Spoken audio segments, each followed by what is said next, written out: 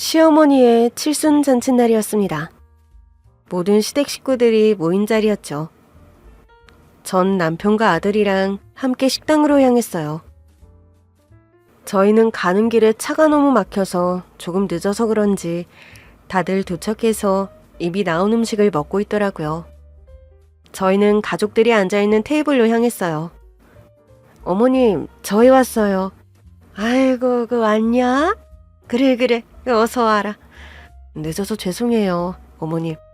생신 정말 축하드립니다. 형님, 오셨어요? 저희 먼저 먹고 있었어요. 할머니, 생신 축하드려요. 그래, 고맙다. 우리 손자 왔네. 어머님, 이거 드셔보세요. 여기 육전 진짜 맛있네요. 그래, 너도 좀 먹어봐라. 저는 물병을 들고 남편과 아들의 잔을 채우고 있었습니다. 그때였습니다. 시어머니가 테이블 위에 놓인 쇼핑백 하나를 열어보시며 웃으셨습니다. 포장지에는 명품 브랜드 로고가 눈에 띌 만큼 크게 있더라고요. 딱 보기에도 고급스러운 선물 포장이었습니다. 아이고, 이건 또 뭐냐? 이거 누가 사온 거지? 어머니, 그거 제가 드린 거예요. 이번에 백화점 VIP한테 먼저 신상 공개한 상품이에요. 어머님 스타일 생각하면서 진짜 오래 고민했어요. 아유, 이게 가방이네. 어머머, 아유, 색감이 곱다. 저번에 어머님이 드라마 보시면서 저런 거 한번 들어보고 싶다 하셨잖아요. 기억나서 일부러 찾았어요. 이번 시즌 신상이에요. 에야, 눈썰미 좋네. 이런 거 아무나 고르는 거 아닌데. 아유, 한번 매봐요. 잘 어울리나 보게. 어때요? 너무 잘 어울리네. 아이고, 얘는 뭘 이런 걸까지. 돈 많이 썼겠다. 아이, 그런 말씀 마세요. 어머님이 그동안 저한테 해주신 게 얼만데요. 생신에 이 정도는 해야죠. 그 대신 이번 달 카드값은 좀 무섭겠지만요. 그 말에 주변에서 웃음이 터졌고 분위기는 한껏 들떠 있었습니다. 저는 그 옆에서 괜히 눈치 보며 앉아 있었어요. 기분 나쁘지 않다고 하면 거짓말이었죠. 그래도 시어머니의 생신날이니까 웃으며 넘기자고 마음먹었습니다. 저는 제가 준비한 시어머니의 생신 선물을 슬그머니 시어머니한테 드렸습니다. 시어머니가 그걸 보시곤 물으셨죠. 예, 그건 뭐니? 어머님, 저는 크게는 못 챙겼어요. 요즘 어머님 손목이 자주 저리시다고 하셔서 제가 직접 만든 찜질팩이에요. 쑥이랑 이것저것 넣고 만든 거예요. 전자레인지만 있으면 따뜻하게 쓰실 수 있어요. 어머, 아유, 이거 진짜 쑥향이 나네. 이걸 어떻게 만들었어? 요즘 쉽게 만들게끔 잘 나오더라고요. 전에 어머님이 그러셨잖아요. 손목 저려서 찜질팩이 필요한데 시중 제품은 냄새도 별로고 너무 금방 식는다고. 그 얘기를 듣고 직접 만들어 봤어요. 지퍼 달아놔서 원하시면 다른 걸로 안에 채워놓을 수도 있어요. 아유, 요즘은 직접 이런 거 만드는 사람도 없는데. 아이고, 정성이 대단하네. 역시 큰 며느리라 다르네. 그날 내가 그냥 한 소리였는데 그걸 또 기억하고 있었니? 네, 저는 그냥 어머님이 건강하셨으면 좋겠어요. 고맙다. 잘 쓰마. 그 말에 저는 살짝 웃으며 시어머니 손에 찜질팩을 얹어드렸습니다. 옆에서 동서는 여전히 명품백 쇼핑백 끈을 정리하고 있었죠. 한창 식사가 무르익어갈 때쯤 동서가 입을 열기 시작했어요. 이 집 소문난 한정식집이라더니 정말 다 맛있네요. 이것 좀 더 드셔보세요, 어머님. 아유, 배불러. 나 이제 더 이상 못 먹겠다. 그래도 이렇게 내 생일 챙겨줘서 고맙다, 우리 며느리들. 어머니 무슨 말씀이세요? 당연히 해야죠. 아유, 어머니. 저희는 이런 자리는 꼭 챙겨야죠. 아, 고맙다. 고마워. 참, 어머님, 드릴 말씀이 있어요. 그래. 우리 애가 있잖아요. 대기업에 최종으로 붙었어요, 어머니. 어머, 아유, 정말? 아유, 기특해라. 아유, 거기 붙기 어렵다던데. 경쟁률이 얼마였는 줄 아세요? 100대 1이었어요. 그런데 떡하니 붙은 거 있죠? 아유, 이보다 더 좋은 소식이 있을까? 아이고. 글쎄, 같이 면접 본 애들은 다 떨어졌대요. 정말 요즘 같은 세상에 얼마나 어려운 줄 아세요? 우리 애 진짜 똑 부러지죠? 이제 우리 아들은 뭐 제대로 팔자 핀 거죠. 그 회사 시험이랑 면접 준비하느라고 얼마나 고생을 했는지. 저 진짜 합격했다는 소식 듣고 눈물이 너무 나더라고요. 동서의 말에 가족들 모두 오하고 리액션을 해줬고 시어머니도 동서의 어깨를 쓰다듬으며 웃고 있었습니다. 너도 고생 많았겠네. 장하다 우리 강아지. 아이고, 오늘 같이 왔으면 좋았을걸. 이제 회사 갈 준비하느라고 바쁘다고 하더라고요. 다음에 꼭 같이 올게요, 어머님. 그래. 아유, 기특한 거. 제가 살림은 잘 못해도 애 키우는 건 진짜 제대로 한 것 같아요. 요즘 애 때문에 제가 공부를 더 많이 한다니까요. 입시도 다 전략이에요, 전략. 동서는 그 뒤로도 자식 자랑을 이어갔어요. 저는 아무 말 없이 식사만 하고 있었습니다. 그냥 오늘도 또 시작됐구나. 그렇게 생각했죠. 그런데 갑자기 정말 기분 나쁘면서도 어이없는 상황이 발생한 거예요. 동서가 고개를 들려 제 아들을 바라보며 툭 말을 던졌습니다. 형님, 근데 준서는 아직 대학 안 갔죠? 요즘 같은 세상에 대학도 안 나면 힘들 텐데. 준서야, 정신 차려야지. 너도 참 걱정이다. 그 순간 우리 아들에게로 모두들 눈이 쏠리며 분위기가 가라앉았습니다. 웃음기 돌던 얼굴들이 하나같이 굳었고 젓가락질하던 손들이 멈췄죠. 시어머니는 손가락을 내려놓으며 준서를 힐끔받고 남편은 제 눈치를 슬쩍 보다가 눈을 피했습니다. 저는 아무 말도 못하고 그저 아들의 표정을 살폈죠. 아들은 동서의 말에 아무 대꾸도 하지 않았습니다. 저는 속으로 부글부글 끓어올랐지만 그 자리가 시어머니의 칠순잔치날이라는 생각에 입술을 꽉 깨물고 참았습니다. 그런데 그 순간을 그냥 넘기지 않은 사람이 있었습니다. 바로 시동생이었죠. 시동생은 갑자기 동서의 입을 손으로 막으며 얘기했어요. 당신 그 입 닫아. 누구한테 그런 말 하는지도 모르지? 순간 분위기가 얼음장처럼 차가워졌습니다.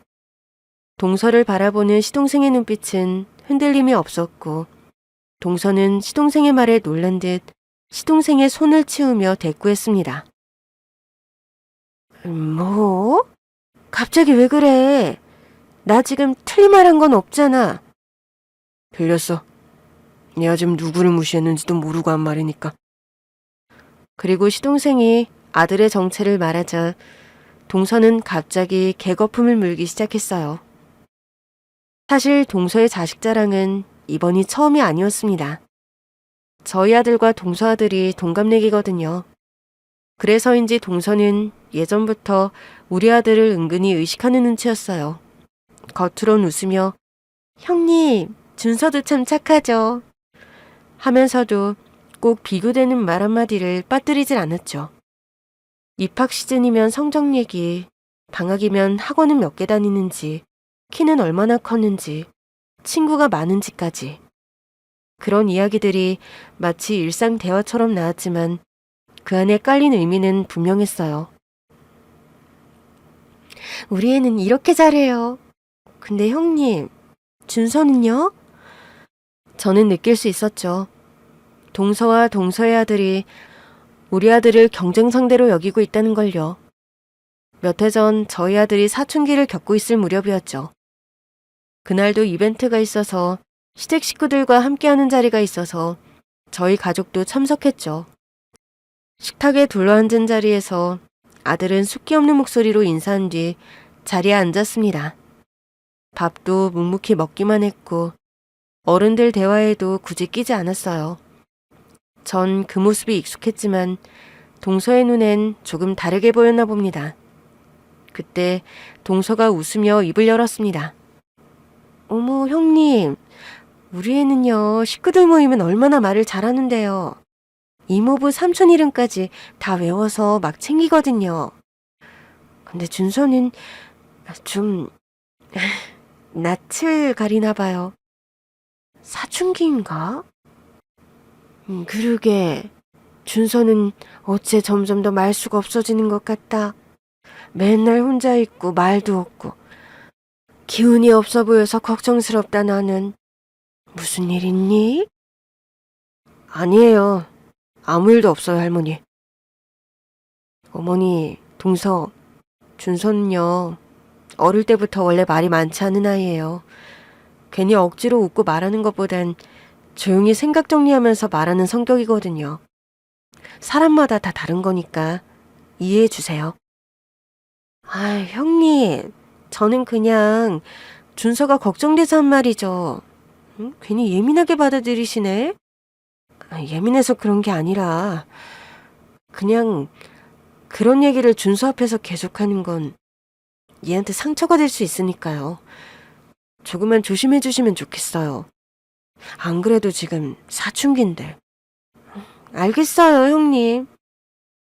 잠깐 정적이 흘렀습니다. 동서는 웃으며 물을 마셨고 시어머니는 멋쩍은 표정으로 고개를 돌렸습니다. 그 사이 아들은 아무 말 없이 자리에서 일어나 거실로 갔습니다.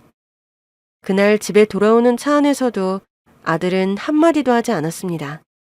저는 운전석에서 백미러로 아들을 바라보기만 했죠. 무슨 말을 꺼내야 할지 모르겠더라고요.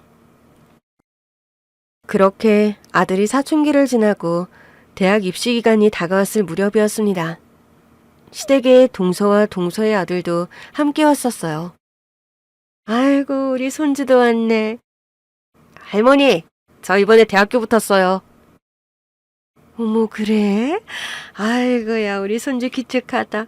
세상에, 나 대학 붙었다고? 어머니, 성적이 얼마나 잘 나왔는지 아세요? 장학금도 받아요. 그것도 4년 전액이요. 제가 요즘 얘 볼 때마다 그냥 이뻐 죽겠어요. 어쩜 이렇게 잘 크는지 몰라요. 아유, 우리 강아지. 넌 네 엄마처럼 야무지네. 동서는 어깨를 으쓱하며 기분이 한껏 올라간 얼굴이었고 시어머니는 연신 동서 아들의 손을 잡고 칭찬을 아끼지 않았습니다. 그 분위기 속에서 동서가 제 쪽을 향해 돌아보더니 웃는 얼굴로 물었습니다. 형님, 준서는요? 혹시 이번에 어디 지원했어요? 준서는 재수하기로 했어요. 아직 본인이 원하는 데가 있어서 한 번 더 준비한다고 하더라고요. 그래, 뭐 본인이 원한다면 그렇게 해야지. 요즘은 재수하는 것도 흔한 일이니까. 그날도 결국 동서는 자기 아들 자랑으로 분위기를 휘어잡았고 저는 또 그 옆에서 표정 관리를 하며 앉아 있어야 했습니다. 동서의 입에서 나오는 말들은 매번 자식이 아니라 상품 자랑을 하는 것 같았고 중간에 꼭 빠지지 않고 제 아들 이름을 슬쩍 꺼내 비교하는 그 말투도 너무 싫었어요. 괜히 혼자 괜찮은 척 앉아있는 저 자신이 초라하게 느껴지기도 했고 대놓고 부러움을 사려는 태도에 속으로 부글부글 끓기도 했죠. 정말 얄미웠어요. 속이 뻔히 보이는 그 웃음도 마치 자기가 이긴 것처럼 나를 내려다보는 눈빛도. 저는 촉이 좀 좋은 편입니다. 처음 보는 사람이랑 몇 마디 안 해도 어떤 사람인지 대충 느낌이 오는 편이죠. 동서가 시동생 손을 꼭 붙잡고 시댁에 처음 인사를 왔던 날도 그랬습니다. 옷차림도 깔끔했고 인사도 예의 바르게 잘했죠. 그런데 이상하게도 마음속 어딘가에서 묘한 기분이 들더라고요. 말투나 눈빛에서 묘하게 마음이 불편했어요. 아유, 어서 와요. 어서 와. 이렇게 이쁜 아가씨는 또 처음이네. 우리 작은 애가 복이 많다니까. 얼른 들어와요. 어머니 안녕하세요. 처음 인사드려요. 실물이 더 고우시네요. 제가 많이 부족한데 그래도 잘 부탁드립니다. 아이고, 말도 곱게 하네. 인사성도 바르지. 처음 인사 온 동서는 인사도 공손히 했고 말도 똑 부러졌지만 이상하게 그 웃는 얼굴이 진심으로 느껴지지 않았습니다. 뭔가 진심이 담기지 않고 인위적으로 멘트를 하는 사람 같았달까요? 어머님이 얼마나 멋지신 분인지 우리 오빠가 항상 말했어요. 진작 인사드렸어야 하는데 제가 좀 부족한가 싶어서 망설이다 늦었네요. 아유, 우리 작은 애도 이제 복 터졌지 뭐. 이렇게 참한 아가씨 만나는 것도 아무한테 나오는 운명은 아니야. 그 말 자체는 예의 바른 칭찬이었지만 어딘가 과한 겸손 속에 스스로를 부각시키려는 뉘앙스가 느껴졌고 말끝마다 한 박자 늦은 미소가 뭔가 인위적이면서도 불편한 기분을 남겼습니다. 그때 예비 동서가 제게도 말을 걸었었어요. 안녕하세요. 형님 맞으시죠? 전부터 뵙고 싶었어요. 오빠가 형님 얘기를 많이 했었거든요. 형님이 너무 현명하시고 또 조용조용 살림도 잘하신다고요. 뭐 별 말씀을요. 그냥 평범하게 살아요. 아니에요. 저도 형님 보면서 많이 배워야죠. 많이 가르쳐 주세요. 서로 배워가면 좋죠. 이제 자주 볼 테니까요. 그쵸. 자주 보게 될 테니 제가 잘할게요, 형님. 동서의 말투는 상냥했지만 속내가 어떤지는 알 수 없는 그런 느낌이었습니다. 동서와의 첫 만남 이후로도 저는 종종 그 첫인상이 떠올랐습니다. 그때 느낀 낯선 위화감. 이 사람 평범하지 않겠구나는 이 생각은 꽤 오랜 시간 동안 제 머릿속을 떠나지 않았죠. 그리고 제 촉은 틀리지 않았습니다. 동서는 어떤 일이든 돈으로 해결하는 스타일이었어요. 사실 저는 돈으로 때우는 게 제일 쉽다고 생각하는 편이거든요. 아마도 동서가 오고 첫 명절날이었을 거예요. 저는 새벽부터 부랴부랴 시댁으로 갔어요. 전 부치고 탕 끓이고 나물 무치고 시어머니 옆에서 한시도 손을 놓지 않았어요. 간장 조금 더 넣고 그 육수 끓였니? 네 어머님, 멸치랑 다시마로 우려냈어요. 금방 드릴게요. 그래. 아유, 그 손이 빠르네. 상차림 준비로 부엌과 거실을 계속 오가면서 바쁘게 몸을 움직였죠. 그런데 상차림이 거의 끝나가고 있으니까 동서와 시동생이 느긋하게 시댁 현관문으로 들어오는 거예요. 어머니, 새해 복 많이 받으세요. 늦어서 죄송해요. 차가 많이 막혀서요. 아이고, 왔냐? 고생했네. 음식 냄새가 너무 좋네요. 너무 배고프다. 저 이 전 조금 먹어도 되죠?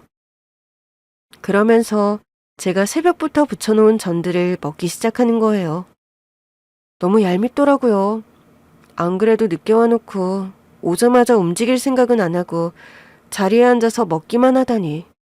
그리고 그때 동서가 주머니에서 봉투를 꺼내는 거예요. 어머니, 이거 받으세요. 아유, 이게 뭐야. 받으세요. 어머님 필요한 데 쓰세요. 아유, 이런 거 필요 없어. 다음부턴 안 줘도 돼. 네, 알겠습니다. 저는 고무장갑 끼고 설거지하며 동서의 모습을 바라봤어요. 나는 이렇게 손이 다 갈라지도록 일하고 있는데 동서는 돈 몇 푼으로 그냥 때우려고 하나 싶어서 너무 괘씸하더라고요. 더 어처구니가 없는 건 차례만 지내고 마무리는 하지도 않은 채 갑자기 인사를 하는 거예요.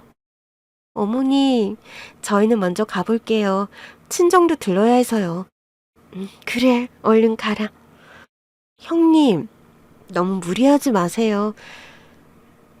저는 동서의 인사에도 아무 말 없이 뒷정리를 계속했고, 늦은 저녁이 되어서야 집으로 돌아갔죠. 아니, 누군 친정이 없나요? 저도 친정 가고 싶은 마음이 굴뚝 같은데, 며느리로서 할 도리는 지키는 게 맞다고 생각해요. 하지만 저렇게 아무렇지도 않게 행동하는 동서의 모습을 보니 모든 걸 감내하고 참아내는 제 자신이 답답하게 느껴지는 거예요. 그래서 제 현실이 처량하게 느껴지기까지 했습니다. 저희 시댁은 제사도 1년에 4번을 지내요. 하지만 동서는 단 한 번도 저보다 일찍 온 적이 없었습니다. 매번 어머님께 용돈을 쥐어드린다거나 선물을 드리며 그 상황을 모면하려고 하더라고요. 저번 제삿날에도 형님, 이거 정육점에서 제일 좋은 걸로 샀어요. 하며 고기 한 상자를 내놓더라고요. 항상 그런 식이었어요. 시어머니도 동서가 늦게 오면 기분이 안 좋다가도 동서가 건네는 현금 봉투 앞에서는 기분이 금세 풀리더라고요. 그것뿐만이 아니었어요.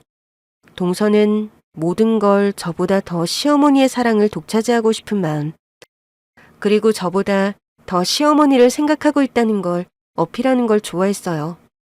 그건 물질적인 선물에서 더 명백하게 나타났어요. 이번 칠순잔치 전 시어머니의 생신날이었어요. 저는 시어머니에게 뜨끈한 삼계탕을 끓여드리고 싶었어요. 그래서 생신날이 되기 며칠 전부터 미리 장도 봐놨었죠. 시어머니의 생신이 겨울이라 그때는 항상 따뜻한 음식을 먹고 싶어 하시더라고요. 저는 삼계탕을 한 솥 끓여서 시댁으로 향했습니다.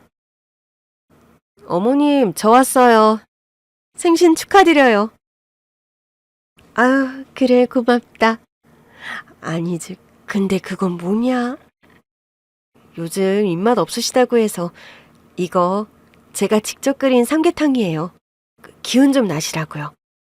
아유, 이런 걸 다 했어. 됐다니까. 무거운데 그냥 오기나 하지. 아니에요, 어머님. 제가 해드리고 싶어서요. 뜨거울 때 드셔야 맛있어요. 제가 떠드릴게요. 그리고 저는 식탁을 정성껏 차려서 시어머니 옆에 앉아 밥을 챙겨드렸습니다. 그때였어요. 현관 초인종이 울리더니 택배가 하나 도착했죠. 무슨 택배지? 어머, 아우, 스카프네. 어머, 세상에. 어머, 아유, 이거 가격이 꽤 나갈 텐데. 동서가 보낸 건가 보네요. 아유, 얘가 또 이렇게 신경을 썼네. 요즘 바쁘다더니 내 생일을 또 안 잊고.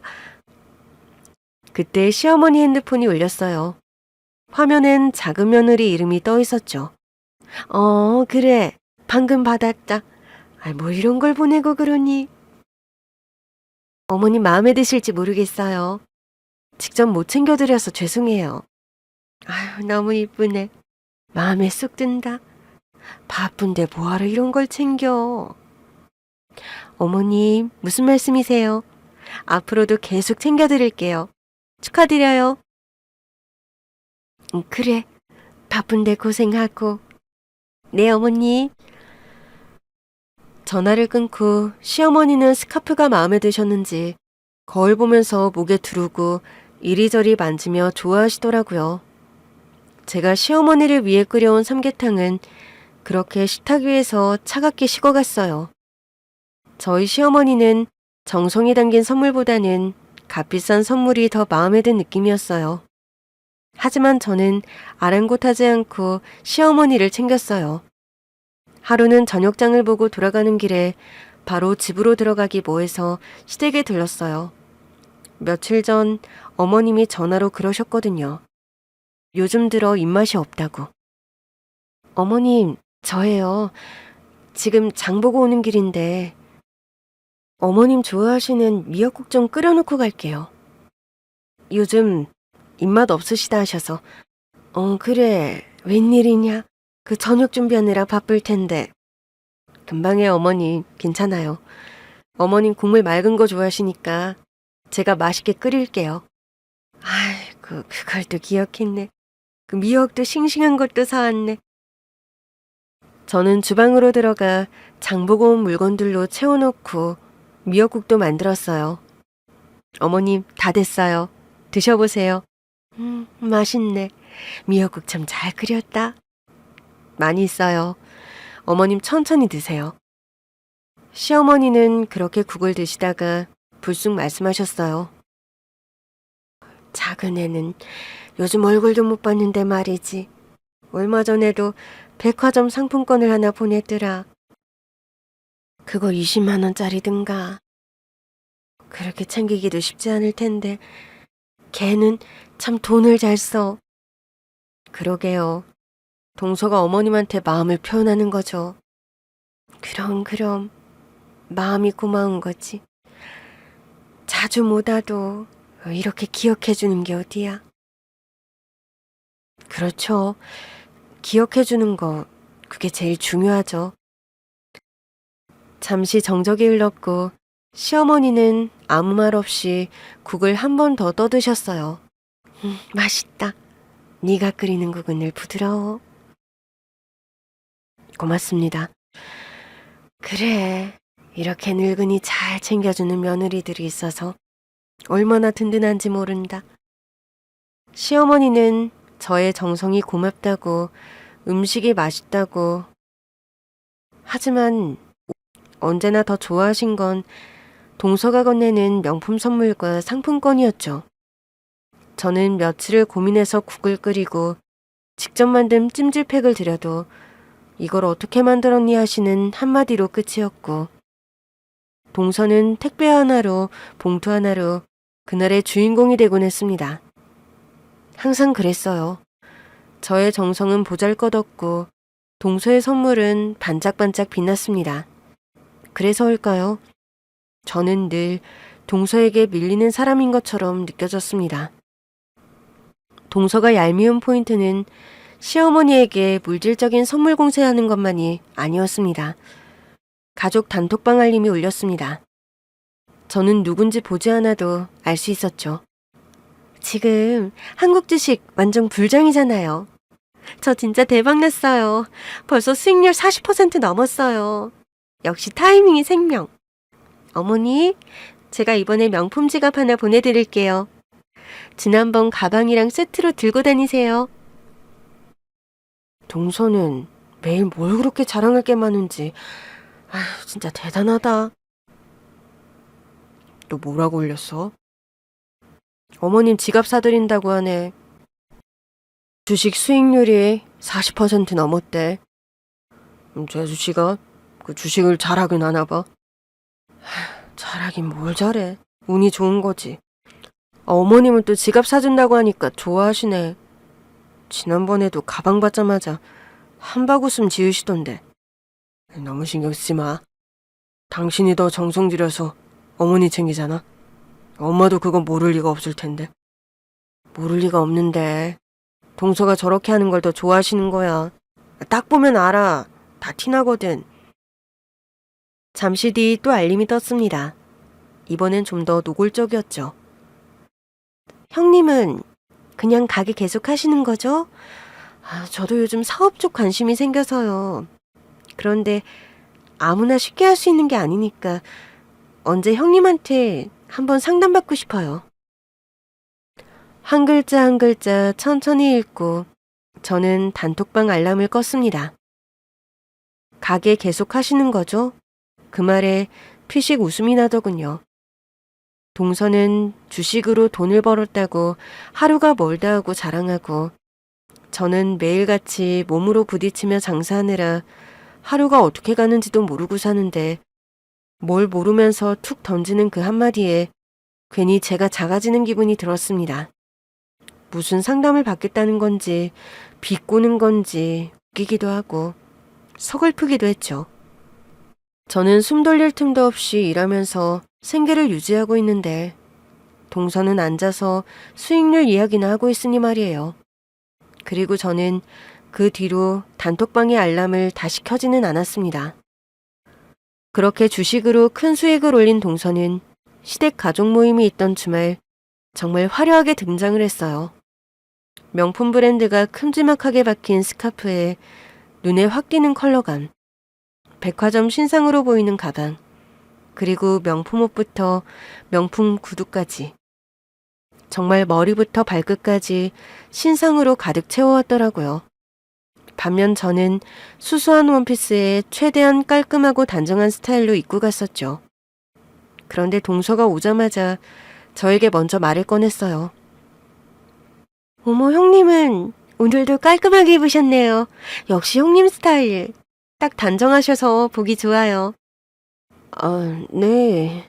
여기 올 때는 단정하게 입는 게 편하더라고요. 튀는 옷은 저랑 안 어울려서요. 에이, 그런 말씀 마세요.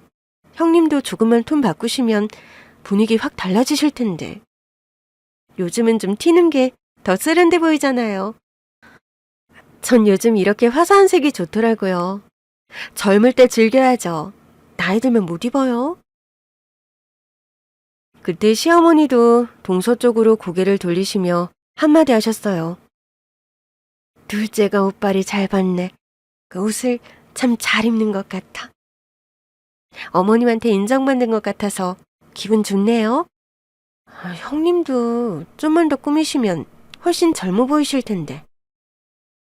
저는 그냥 무난한 게 편해요. 형님, 그렇게 편한 것만 추구하다 보면 더 꾸밀 줄 모르게 된다니까요. 나이 들수록 꾸며야 남자들도 도망 안 가요. 저는 잠깐 멈칫했지만 억지로라도 웃으며 자리를 정리했어요. 그러다 며칠 뒤 동서에게서 연락이 왔어요. 여보세요? 형님, 저 형님한테 할 말 있는데 시간 되시면 커피 한 잔 어때요? 네, 좋아요. 이상하리만큼 다정한 말투에 뭔가 있다 싶었죠. 동서와 마주 앉자마자 동서가 종이백 하나를 슬며시 밀어주더라고요. 이거요. 예전에 선물 받았는데 컬러가 저랑 안 맞더라고요. 근데 형님한테는 잘 어울릴 것 같아서요. 괜찮은데. 나 이런 거 잘 안 해서. 알아요. 형님이 소박하신 거. 그래서 드리는 거예요. 평소에 잘 안 꾸미시니까. 가끔은 이렇게 포인트 하나쯤은 있어야죠. 그래도 나는 이런 고급스러운 건 부담돼서 잘 못 써요. 형님, 저 이거 그냥 둘까 하다가 형님 생각나서 챙겨온 거예요. 그런 거 너무 깊게 생각하지 마세요. 저도 형님한테 뭔가 한 번쯤 드리고 싶었거든요. 동서의 말은 듣는 사람이 기분 좋아지라고 하는 말이 아니었습니다. 스스로 얼마나 센스 있고 여유 있는 사람인지 은근히 자랑하려는 말투였죠. 형님한텐 어울릴 것 같아서요 라는 말도 정말 저를 생각해서 주는 게 아니라 자기한텐 안 어울리고 자긴 안 쓸 거니까 버리긴 아깝고 줄 사람은 없고 그냥 저한테 떠넘기는 느낌이었습니다. 그걸 또 좋은 말투로 그럴싸하게 포장하는 걸 보며 저는 속으로 웃고 말았어요. 받은 사람이 더 불편해지는 선물. 기억엔 안 남고 생색만 가득한 말들. 동서는 그게 참 능하더라고요. 집으로 돌아온 저는 그 스카프를 보자마자 서랍 깊숙이 넣었어요. 딱 보기에도 그 색은 저에게도 어울리지 않았습니다. 솔직히 말하면 동서가 뭐라 하든 생색을 내든 은근히 비꼬든 그까짓 거 그냥 넘길 수 있었어요.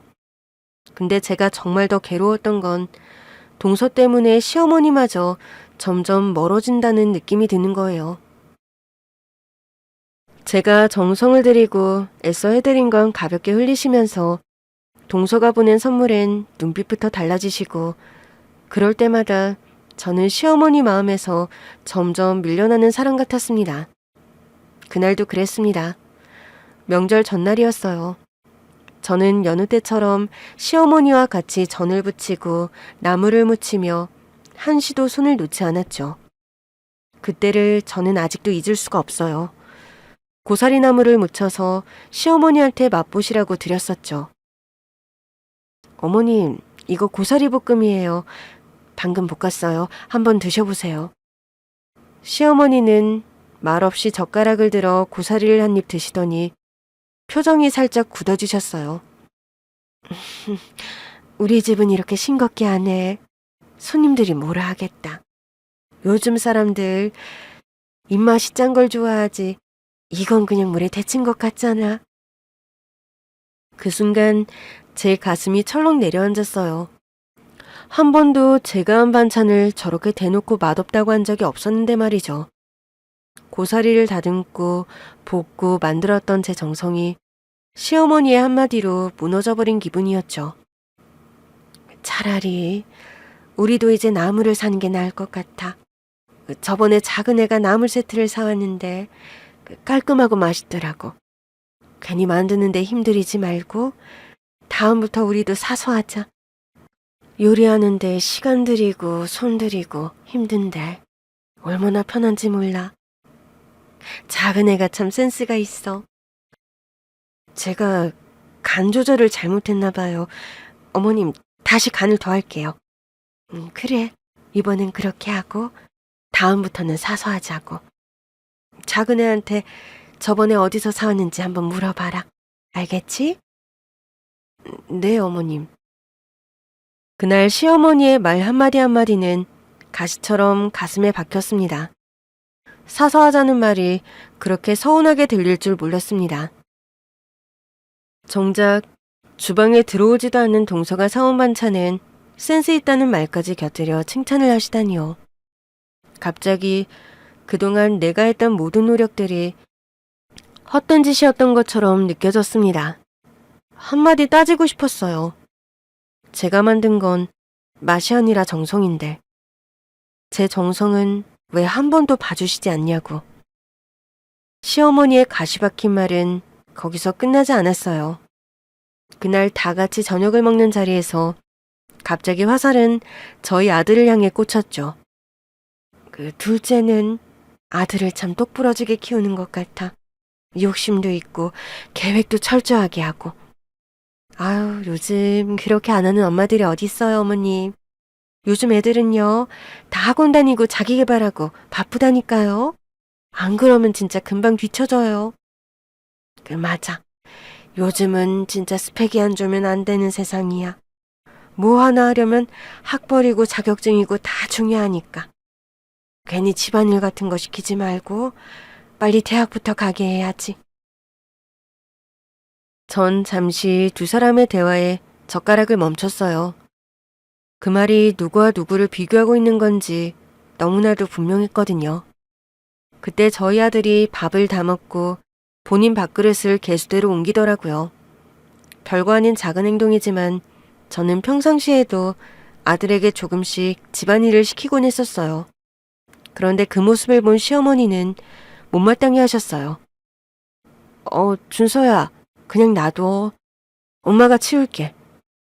아니에요. 먹은 건 제가 치울게요. 그 모습을 본 시어머니가 한마디 던지셨습니다.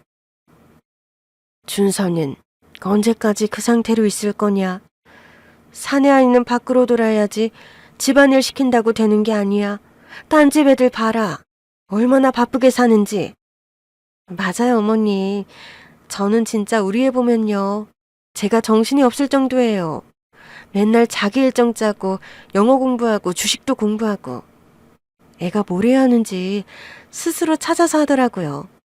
그래서 제가 요즘은 애한테 더 배우는 느낌이에요. 전 그 순간 식탁에 있던 반찬이 하나도 눈에 들어오지 않았습니다. 화사하게 웃으며 말하는 동서와 고개를 끄덕이며 맞장구 치는 시어머니. 그 사이에 저는 마치 투명인간이 된 기분이었어요. 그동안 제가 아들한테 시킨 집안일은 책임감을 키우기 위해서였고 이제는 남녀 구분 없이 서로 도와야 한다는 걸 가르치고 싶었을 뿐이었어요. 그런데 제가 우리 아들한테 가르치고 있던 걸 한 방에 무너뜨린 느낌이라 그 순간 너무 서러웠습니다. 시어머니는 그 후로 더 이상 비교를 하진 않으셨지만 저는 여전히 묻고 싶었어요. 사람의 가치는 정말 그렇게 점수로만 매겨지는 걸까요? 온종일 정신없던 하루가 드디어 조용해졌고 식사가 끝난 후 남자들끼리 거실에서 TV를 보며 웃는 동안 부엌엔 저랑 동서 둘만 남게 됐어요. 형님, 오늘 진짜 고생 많으셨어요. 어머님도 형님 덕에 얼마나 편하셨겠어요? 괜찮아요. 다 같이 하는 거죠, 뭐. 전 늘 그래왔던 것처럼 웃으며 말했지만 그 순간 동서가 말투를 싹 바꾸더라고요. 처음이었어요. 형님, 근데요. 어머님이 형님보다는 저한테 좀 더 살갑게 구는 거. 그건 형님이 너무 착하셔서 그런 것 같아요. 네? 형님처럼 조용히 참고 계시면 사실 어머님 입장에선 누가 뭘 하고 있는지 잘 안 보이잖아요. 세상은요, 그렇게 가만히 있으면 아무도 몰라줘요. 때로는 보여줘야 돼요. 나 이런 사람이야, 건드리지 마. 그런 식으로요. 그 말에 전 순간 너무 놀라서 설거지하고 있던 그릇을 놓칠 뻔했어요. 그때 동서가 한 발 다가오며 더 낮은 목소리로 말을 이어갔습니다. 오해하시면 안 돼요. 형님처럼 묵묵한 스타일도 멋있죠. 그게 형님만의 매력이긴 한데, 가끔은 좀 답답하게 느껴질 때도 있어요. 형님은 너무 손해보시잖아요. 맨날. 그건 그냥 제가 편해서 그런 거예요. 굳이 드러낼 필요는 없잖아요. 다들 보고 있으니까요. 형님은 늘 그렇게 말씀하시더라고요. 그런데 전 그렇게 생각 안 해요. 요즘은 더 드러내고 더 어필해야지 알아주는 세상이에요. 그리고 누가 더 잘 포장하느냐 싸움이더라고요. 동서의 말은 확실히 저를 가르치려는 듯한 충고였어요. 형님은 조용히 일만 하면서 결국 아무것도 못 얻는다는 말. 그리고 자기 방식이 옳다고 굳게 믿는 얼굴. 정말 어이가 없었습니다. 누가 누굴 가르치고 있는 건지 정작 본인은 남이 만들어 놓은 상위에 앉아 그릇 하나 안 치우고 음식 한 번 안 하고 살아온 사람이면서 말이죠. 참 웃기죠?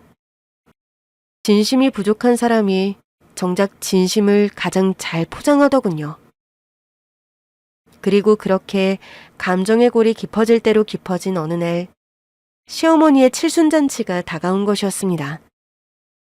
동서의 아들이 대기업에부터 자랑을 늘어놓고 우리 아들에게 아직도 대학 안 갔느냐고 비아냥댔을 때 시동생이 동서의 입을 가로막고 얘기한 것이었죠. 저는 그동안 그렇게도 얌전하던 시동생이 동서에게 날카로운 눈빛을 보내는 모습을 처음 봐서 놀라고 있던 중이었어요. 시동생은 저희 아들을 보면서 천천히 말을 이어나갔습니다. 나 지금 준서 대표님 밑에서 일한 지 벌써 3년째야. 그 말에 잔치상 분위기가 그대로 멈췄습니다. 숨소리조차 들리지 않을 만큼 시동생의 말에 모두들 놀란 눈치였어요. 모두가 시동생을 바라보며 장난인지 진심인지 확인하려는 눈빛으로 눈을 맞췄습니다. 시어머니도 눈이 휘둥그레져서 말을 잇지 못하더라고요. 가장 먼저 반응한 건 동서였어요. 뭐? 준서 대표님? 무슨 소리야 갑자기. 대학도 안 나온 애가 무슨 대표야? 입꼬리는 웃고 있었지만 눈빛은 확연히 흔들리고 있었어요. 그동안 준서를 형님 아들쯤으로 가볍게 여기던 얼굴이 순식간에 굳어졌죠. 시동생은 계속해서 단호하게 말을 이었습니다. 지금 내가 다니는 회사, 그거 준서가 고등학생 때부터 기획하고 20대 초반에 직접 채운 회사요. 원래는 친구 셋이서 시작했는데 결국 준서 혼자서 끝까지 남아서 성공한 거야. 투자금도 사람도 다 빠져나가는 와중에도 준서는 혼자서 그걸 끝까지 지켜냈어. 모두들 시동생의 말에 귀를 기울이며 경청했어요. 다들 준서네 회사 이름 아마 들어보셨을 거예요. 요즘 업계에서 꽤 알아줘요. 솔직히 저도 처음엔 그냥 경험 삼아 들어간 거였거든요. 내가 한참 회사 실직하고 헤매고 있을 때 그 몇 달을 방에만 틀어박혀 있었어요. 그 취업도 잘 안 되고 뭐라도 해보자 싶어서 이것저것 알아보던 시기였어요. 그때 준서가 연락을 줬던 거였어요. 삼촌, 저희 쪽에 한 명 자리가 났는데 혹시 관심 있으세요? 그 말이 처음엔 그냥 예의상하는 말인 줄 알았는데 진심이더라고요. 가족이라고 그냥 들어간 것도 아니에요. 테스트도 통과하고 면접도 보고해서 정식으로 입사했어요. 처음엔 조카네 회사에서 잠깐 일해보자 뭐 이런 마음이었는데 그게 벌써 3년이네요. 지금은 솔직히 내가 배우는 게 더 많다고 느껴요. 그리고 준서 대표님은 진짜 대단해요. 가족이 아니었어도 저는 지금 준서 대표님 밑에서 일하고 있었을 거예요. 준서 대표님은 그냥 명함만 대표인 게 아니에요. 직원들이 야근하면 자기도 끝까지 남아있고 월급 밀리는 일 한 번도 없었고 회의 전엔 자료를 직접 다 검토하고 누구보다 빠르고 정확하게 움직여요. 시동생의 말에 저는 아들을 바라보았습니다. 늘 조용히 저희 곁에 머물던 아들. 말 없고 수줍어하고 늘 그림자처럼 따라다니던 아들. 제 아들은 한 회사를 책임지는 어른으로 그 자리에 앉아 있었어요. 아들이 당당히 앉아있는 모습이 낯설면서도 자랑스러웠습니다. 근데 그럼 당신은 왜 나한텐 한마디도 안 한 거야? 같이 사는 사람인데 3년이나 그 밑에서 일하면서 내가 몰랐다는 게 말이 돼? 굳이 당신한테 말할 이유가 없었어. 그냥 조용히 일하고 싶었고 솔직히 당신 준서 무시하는 말 자주 했잖아. 괜히 내가 말 꺼냈다가 또 당신이 무슨 말을 할지 몰라서 그냥 안 한 거야. 내가 언제 준서 무시하는 말을 했어. 걱정돼서 그런 거지. 동서는 더 이상 가짜 웃음도 지을 수 없었는지 얼굴을 붉히며 갑자기 목소리를 높였습니다. 그럼 왜 지금까지 아무 말도 안 한 거예요? 형님도 준서도. 왜 나만 모르고 있었냐고. 다들 일부러 숨긴 거예요? 숨긴 거란 아니에요. 우리는 그냥 준서가 어떻게 살든 알아봐줄 날이 올 거라고 생각했어요. 그 말에 동서는 입을 꾹 다문 채 아무 말도 하지 못했습니다. 그때 준서가 입을 열었습니다. 저는 굳이 말해야 할 이유를 못 느꼈어요. 가족이니까 그냥 제가 어떻게 사는지 지켜봐 주시면 될 줄 알았거든요. 그리고 말을 안 한 거지 거짓말은 안 했어요. 준서의 목소리는 단호하면서도 조용했고 그 안에는 분노도 과장도 없이 담백한 진심이 실려 있었습니다. 준서의 한마디로 지금껏 오만했던 누군가의 마음을 단박에 꺾기에 충분했죠. 동서는 고개를 돌려 어색한 웃음을 짓더니 테이블 옆에 놓인 수저를 괜히 정리하면서 입을 열었습니다. 아니, 뭐 그랬구나. 난 그냥 그동안 들은 게 없어서 대표라길래 솔직히 좀 놀라서 그런 거지. 준서야, 축하해. 아니, 나도 준서 대표님이라고 해야 되나? 그 순간 시어머니도 아직도 믿기지 않는다는 듯 입술을 몇 번이나 달싹이다가 겨우 말을 꺼냈습니다. 진짜 그 준서가 그 회사 대표라는 게 정말 진짠 거야? 네, 어머님. 진짜예요. 준서가 그 회사 대표 맞아요. 일부러 숨긴 건 아니고요. 굳이 나서서 말할 이유가 없었을 뿐이에요. 시어머니는 그 말을 들은 뒤에도 한동안 아무 말이 없었습니다. 눈동자는 계속해서 저와 준서 사이를 오갔고 입술은 꼭 다문 채 깊은 숨만 내쉬었죠. 준서는 그저 정면만 바라보며 말이 없었습니다. 마치 지금껏 그래왔던 것처럼 조용히 자리를 지키고 있을 뿐이었습니다. 준서는 그저 자기가 할 수 있는 걸 했을 뿐인데 왜 이 사람들은 늘 이 아이를 작게만 봤을까 생각했어요. 그날은 어쩌면 처음으로 진짜 준서를 제대로 바라본 순간이었습니다. 드디어 말이 아닌 존재 자체로 아들이 인정받는 순간이었으니까요. 그리고 갑작스럽게 시어머니가 조심스레 제 손을 꼭 쥐셨습니다. 난 정말 몰랐어. 준서가 이렇게 멋지게 자란 아이인 줄은. 내가 괜한 편견을 가졌었네. 준서 참 잘 키웠다. 그네야. 정말 든든하겠다. 잘했어. 그동안 준서한테 뭐라고 한 건 내가 사과하마. 난 준서가 걱정이 돼서. 아니에요, 어머님. 준서가 그랬어요.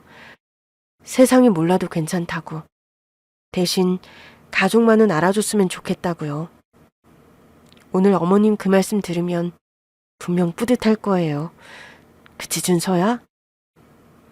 네. 할머니가 응원해주시면 더 힘이 날 것 같아요. 우리 손주를 내가 당연히 응원하지.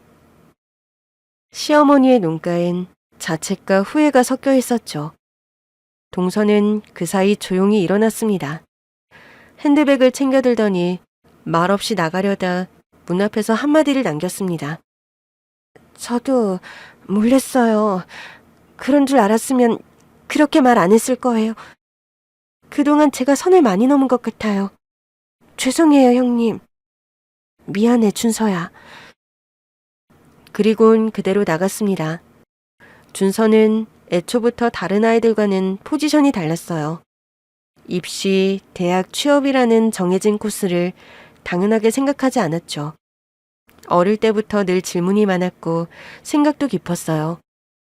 다들 공부해서 좋은 대학 가는 걸 목표로 할 때 준서는 왜 꼭 그래야 하냐고 묻곤 했어요. 그런 아이였어요. 고등학교 3학년이 되던 해 준서는 담담하게 말했어요. 엄마, 난 대학 안 갈래요. 바로 일해볼래요. 그 순간 저는 속으로 얼마나 놀라고 걱정했는지 몰라요. 겉으론 괜찮은 척 했지만 혹시라도 세상에 부딪혀 크게 다치지 않을까. 남들처럼 안 살아서 더 힘들진 않을까. 밤마다 혼자 걱정도 많이 했죠. 하지만 그보다 더 크게 들었던 마음은 우리 아이가 자기가 뭘 원하는지 알고 있다면 끝까지 믿어줘야 하지 않을까 하는 거였어요. 그래서 저와 남편은 묻지 않았습니다. 대학은 왜 안 가니? 남들처럼 하는 게 낫지 않겠니? 그런 말 단 한 번도 하지 않았어요. 그리고 준서가 더 기특했던 건 한 번도 저희에게 기대지 않았다는 거예요. 도와달라거나 투자 좀 해달라는 말 단 한 번도 꺼낸 적이 없었습니다. 정말 필요하면 먼저 손을 내밀 거라 믿었고 그렇지 않다면 그건 스스로 해내고 싶다는 뜻이니까요. 준서는 고등학교 때부터 알바를 2-3개씩 병행했어요. 방과 후에는 치킨집, 주말에는 편의점, 쉬는 날엔 배송 아르바이트까지 하면서 돈을 모았고 그걸로 초기 자본금을 모았어요. 다른 아이들이 부모 찬스로 안정된 출발을 할 때 우리 아들은 진짜 아무것도 없이 맨몸으로 시작했어요. 그렇게 준서는 고등학교를 졸업하자마자 창업을 했습니다. 처음엔 정말 어려웠어요. 노트북 하나 들고 작은 사무실에서 혼자 시작했죠. 투자자에게 거절당하고 거래처에서 대금을 떼인 적도 있었어요. 밤새워 자료 만들고 아침에 PT하러 갔다가 허탕치고 돌아오기도 했고요. 몇 번의 실패 앞에서도 준서는 절망하지 않았어요. 내가 이룬 건 돈이 아니라 경험이에요. 그렇게 말하며 또 다음을 준비하더군요. 그런 아들을 보면서 저와 남편은 자주 속으로 울컥했어요. 도와주지 못한 미안함보단 도움도 없이 해내는 아들에 대한 깊은 자부심과 고마움이 더 컸어요. 준서는 그 어느 순간에도 울지 않았어요. 원망도 불평도 없었어요. 그저 다시 책상 앞에 앉아 또 다른 계획서를 쓰더군요. 그 모습에 저와 남편은 더욱 아들에게 말하지 않았어요. 요즘 일은 어때? 그 사업은 잘 되고 있니? 대신 눈빛으로만 말했죠. 괜찮다. 실패해도 괜찮다. 너라면 다시 일어날 수 있다. 그게 우리가 해줄 수 있는 전부였고 또 그걸 지켜봐주는 것이 부모라고 생각했어요. 그땐 정말 기대도 안 했어요. 자기 방에서 밤새 화면을 들여다보던 아이가 몇 번의 실패를 넘기고 진짜 회사를 만들고 사람을 이끌고 성과를 내는 대표가 될 줄은요. 그날 이후 동서는 단 한 번도 집안 모임에 얼굴을 비추지 않았습니다. 또 집안에선 더 이상 고졸이라서 걱정이라는 말이 나오지 않았죠. 저는 준서를 바라보며 매일 생각했습니다. 이 아이는 누구보다 똑똑하고 누구보다 단단하고 무엇보다 누구보다 따뜻한 사람으로 자라났다. 그게 저에겐 세상 어떤 말보다 큰 위로였고 어떤 성공보다도 값진 자랑이었습니다.